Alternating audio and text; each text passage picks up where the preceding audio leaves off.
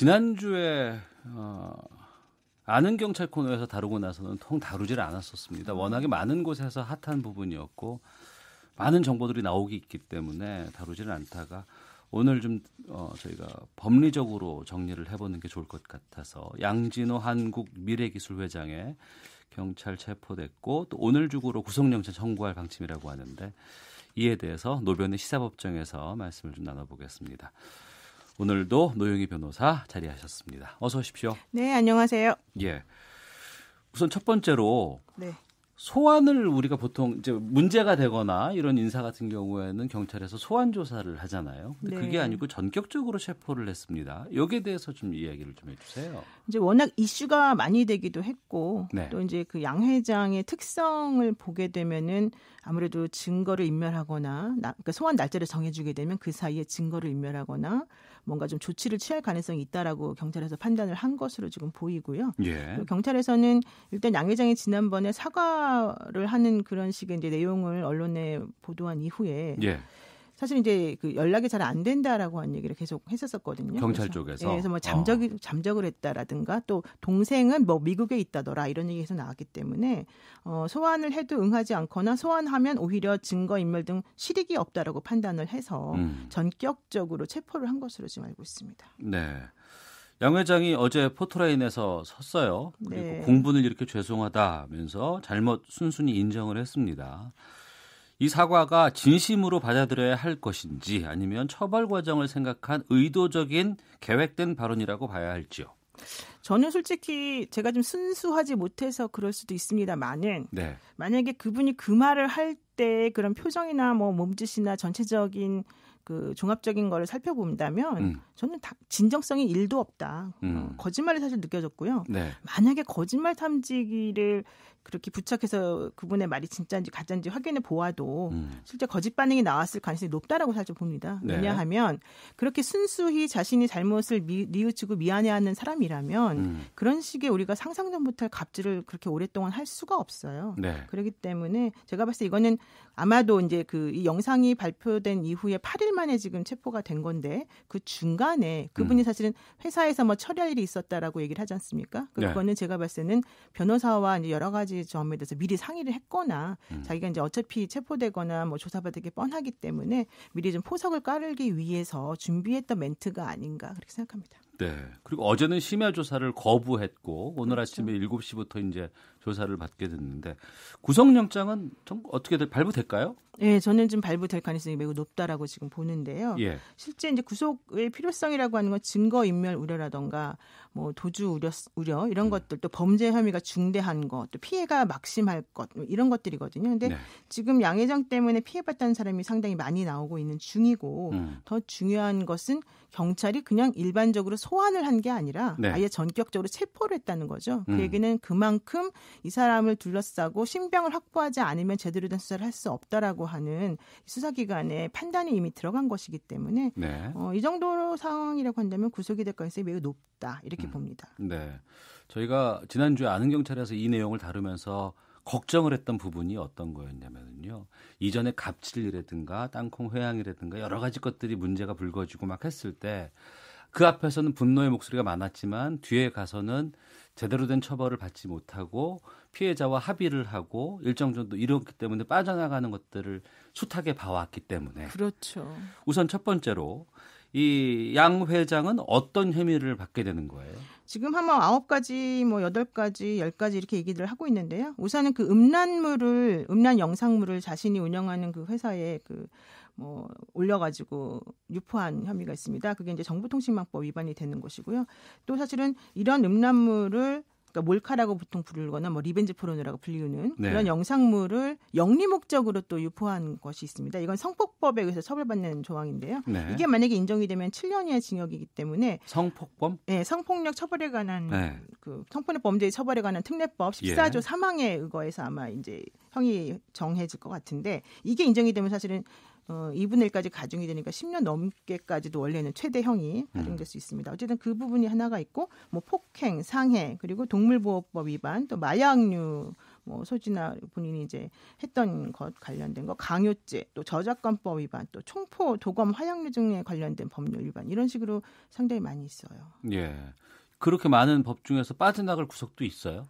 빠져나갈 구석이 있는 것이 지금 이제 폭행이나 상해 같은 것들은 사실은 강요 같은 것도 좀 그렇긴 한데 본인이 직접 한 뭐 영상도 있고 그러니까 가능한데요. 예. 문제는 나머지 것들에 대해서는 이 사람이 2011년도에 한번 이제 누리진이라고 하는 그 불법적인 뭐 영상 매체를 올리는 그런 회사를 운영했다가 한번 구속된 적이 있었대요. 그래서 그때 이후로는 자기 이름으로 하나도 안 한다는 거예요. 그리고 뭐든지 다른 사람에게 나쁜 거는 다른 사람이 직접 하도록 시키고 자신이 직접 뭔가 교사하거나 하라고 하는 거는 이런 게 전혀 없다는 거예요. 그래서 예컨대 그 2007년도부터 이 사람하고 같이 일을 했던 지금의 파일놀이라고 하는 회사를 만들었던 어떤 직원의 인터뷰가 나온 게 하나 있는데 그분 말씀이 뭐라고 하냐면 양진호 회장은 와서 본인이 자기 입으로 뭔가 올려라 뭐뭐 해라 이렇게 지시를 절대 안 한다. 뭐 예를 들면은 불법적으로 절대 유통되면 안 되는 그런 영상물이 있다고 치면 담당자에게 와서 그런 거 내가 찾아봤더니 없던데 왜 필요한 게 없지? 이런 식으로 말을 한다는 거예요. 근데 그 말만 가지고 우리가 이걸 올리라고 시켰다고 하기가 곤란하잖아요. 그러니까 그런 식으로 자신이 항상 빠져나갈 구멍을 만들어 놓는다라는 게 첫 번째 얘기고 두 번째는 이런 것과 관련해서 저작권법 위반으로 항상 문제가 될 수 있기 때문에 본인은 저작권법 위반으로 예전에 뭐 회사에서 100억 정도 손해를 입었다는 얘기도 있기 때문에 그런 것들 전부 다 본인이 안 한다는 거예요. 또 폭행도 자기가 절대 안 때리고 일부러 녹음을 해놓는다는 거예요. 말리는 척. 야 그렇게 하지 마. 이거 너무 심하지 않아. 이런 식으로. 그러니까 사실은 행동도 다르게 하는 거죠. 그렇게 되면 그 녹음 파일만 보게 되면 이 사람은 말린 사람이 되는 거잖아요. 그러니까 그런 식으로 상당히 교묘하게 해놨기 때문에 이 사람이 정말로 형사처벌을 심하게 받을 것인가에 대해서도 또 확인을 해봐야 된다. 이렇게 좀 얘기합니다. 직원 폭행뿐만 아니고 이제 그 배우자의 동창이라고 일컫는 대학 교수를 폭행했다는 부분에 대해서도 어제 김현정의 뉴스쇼에 아마 인터뷰가 나갔던 것 같아요. 네, 그렇습니다. 그리고 이제 부인에게도 마약을 강요하기도 했다고 하는데 이 마약 관련해서도 이게 좀 문제가 될 수 있잖아요, 크게. 문제가 크게 될 수 있는데요. 지금 이제 이게 어제 그 전 부인이죠. 2010년도 이혼했다고 때문에. 하니까. 그래서 전 부인이 이제 조사를 받으면서 당시에 뭐 어떤 식으로 마약을 했는지에 대해서 소상히 설명을 했고 또 언론 매체에서 카톡을 공개한 게 있는데 2013년 4월 14일 날 이 남성분이 이 여성 피해자 부인이죠. 전 부인에게 폭행을 심하게 2013년 3월에 했대요. 그리고 난 다음에 4월 달에 이제 카톡을 보내서 내가 너한테 그런 행동을 했을 때는 엄청나게 독한 각성제를 복용한 상태였다. 그리고 그런 각성제를 한번 먹으면 3일 정도는 정신을 못 차리고 계속해서 하나의 행동에 매몰될 수밖에 없는데 내가 그 당시에 그때 그랬다. 미안하다. 이런 내용이 이제 나온 게 있었었고요. 또 그리고 2013년 8월인가요? 또 그런 내용의 카톡을 또 보내면서 본인이 뭐 과천 호텔에 있는데 내가 지금 너무 각성이 많이 돼 있는 상태여서 집에 가면 너네들을 해칠 수 있으니까 못 가겠다. 이런 얘기도 한 적이 있었었고요. 뭐 또 기타 자기가 뭐 염색하는 것도 그와 관련된 내용이었다. 마약을 없애기 위해서 한 거다. 이런 얘기도 하고 또 더 중요한 건 필리핀의 팔라완이라고 하는 곳으로 자기가 약을 끊기 위해서 보름 동안 약도 끊어봤는데 금단 현상이 너무 심했었는데 본인이 이제 그거를 막기 위해서 막 여행도 가봤었는데 결과적으로는 뭐 잘 안 됐다 뭐 이런 내용을 보낸 게 서로 주고받은 게 있어요. 그래서 이제 그런 것들을 보게 되면 정상적으로는 마약을 심하게 했구나라는 걸 알 수 있는데 이제 문제는 직접 증거가 나와야 되잖아요. 그래서 이게 소변 반응하고 머리카락 반응으로 볼 수밖에 없는데 머리카락은 이미 아시다시피 염색을 많이 해서 그게 머리카락에서 안 나올 가능성이 높다고 지금 얘기들을 하고 있어요. 염색하면 그게 안 나와요? 그렇다고 얘기를 하더라고요. 저도 정확히 몰랐는데 그래서 지금 경찰이나 검찰에서 얘기하고 있는 거는 요즘에 이제 기법이 많이 발달을 해서 단순히 머리카락의 모근 같은 것만 확인하는 게 아니라 체내에 쌓여 있는 마약 성분 같은 것들을 검출하는 방법이 있으면 그걸 통해서 한번 해보겠다. 이런 얘기도 하고 있습니다. 그래서 일단 직접 증거가 지금 없고 단지 부인과 뭐 카톡이라든가 증인들의 진술 이런 것밖에 없으니까 그 부분도 또 사실은 혐의가 입증될지 또 사실은 살펴봐야 되는 부분이에요. 네, 노영희 변호사와 함께 노변의 시사법정 이어가겠습니다. 국민들 SNS에서도 많이 그 얘기가 나오는 것 중에 배후에 누가 있지 않을까라는 얘기들을 참 많이 하고 있어요. 특히 이제 법률적인 조력자가 있다. 거기다가 보니까 이게 뒤에 방탄 변호사로 유명했던 최유정 변호사 이름이 거론됐었고 같이 뭐 일을 했다더라 이런 얘기 나오는데 그렇기 때문에 뒤에 누가 있지 않을까라는 우려 여기에 대해서는 노영희 변호사께서는 어떻게 보세요? 저는 이거 사실 제가 솔직히 말씀을 드려야 될지 아니면 그냥 좀 적당히 말씀을 드려야 될지 좀 고민스러운 지점이긴 솔직하게. 한데요.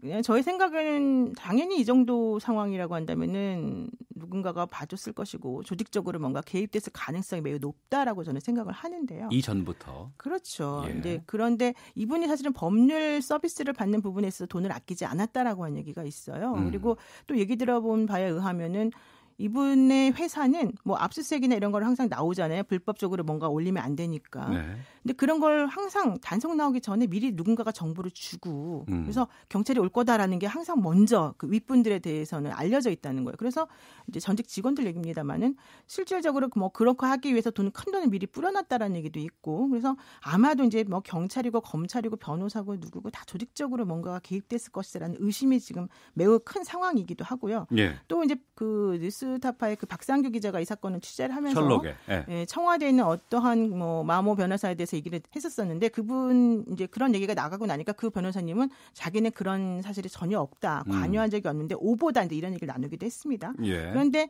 그와 관련해서 최유정 변호사라고 지금 얘기되고 있는 우리 그 정은호 사건에 가장 이제 문제가 됐던 분은 사실 여기에 대해서 아무런 언급을 하지 않고 있는데 지금 감옥에 있나요? 네, 그분 지금 이제 형을 살고 있기 때문에 당연히 뭐 얘기를 못 하고 있겠지만 더 중요한 거는 이분이 총괄 지휘했다라고 한 얘기가 있는 거죠. 그러니까 이혼 사건은 이제 최유정 변호사가 아는 누군가가 이제 다시 맡아서 정리를 하고 또 뭐 다른 사건은 누가 맡아서 처리를 하고 이런 식으로 누구누구하고 어떤 식으로 이제 관계가 좋은 사람들을 자기가 찾아서 사건마다 이제 맞춤형 법률 서비스를 제공하는 방식으로 일을 했더라.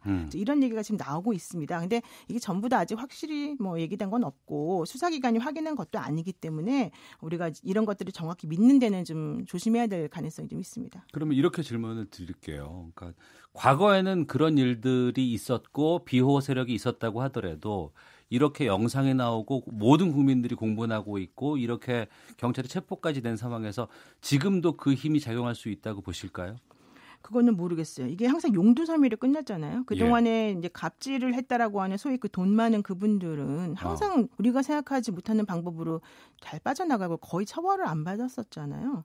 그런 것들을 생각한다면 피해자들이라고 불리는 사람들 역시도 지금은 이제 공분을 해서 이렇게 말을 하지만 또 그 상황이 되게 되면 어떤 식으로 또 그 회유 이런 거에 넘어갈 가능성이 있다. 또 내지는 현재 지금 증거를 가지고 있는 사람이 누구누구인지를 이 양진호 씨 같은 사람이 잘 알고 있기 때문에 그런 사람들도 만약에 뭐 다른 방식으로든 어떤 식으로든 간에 뭐 단속을 한다면은 또 그게 어떤 증거가 없다 그러면 사실 아무 소용이 없는 거잖아요. 그러니까 그래서 저는 사실 이런 것들을 함부로 지금 말할 수가 없고 그동안에 이런 큰 사건이 벌어졌을 때 사건이 처리되는 상황을 쭉 살펴보게 되면 이게 사실은 사회적으로 공분을 일으킨 만큼 제대로 된 처벌은 없었다라고 저는 판단하거든요. 아, 전부터 우리가 이런 경험들이 있었지만 그렇죠. 그렇다라고 한다면 앞으로도 또 사실은 장담할 수 없는 거 아니냐. 그래서 다만 이제 그동안의 여러 가지 것들에 대해서 국민적 공분이 크고 더더구나 지금 더 큰 문제가 이제 이렇게 지금 펼쳐졌기 때문에 오히려 이제 이번 사건을 계기로 그런 문화가 없어지고 그런 일이 다시는 생기지 않도록 우리가 오히려 지금 좀 더 열심히 이걸 취재하고 좀 더 열심히 사건 파악을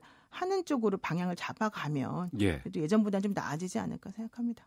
그러니까 물론 누구나 변호받을 권리는 있어요. 그리고 그럼요. 법적으로 이런 조력을 받을 수 있는 것은 당연한 권리이기도 합니다. 그렇죠. 하지만 또 이렇게 이전에 남보다는 과도하게 권력을 이용해서 법의 뒤에 숨는다는 건 아무도 용납해서는 안 될 것 같기도 하고 우리가 이렇게 잘 얘기하고 또 여기에 대해서 감시하고 관심을 갖고 있으면 그들의 그러한 힘들이 많이 약해지는 건 사실이죠.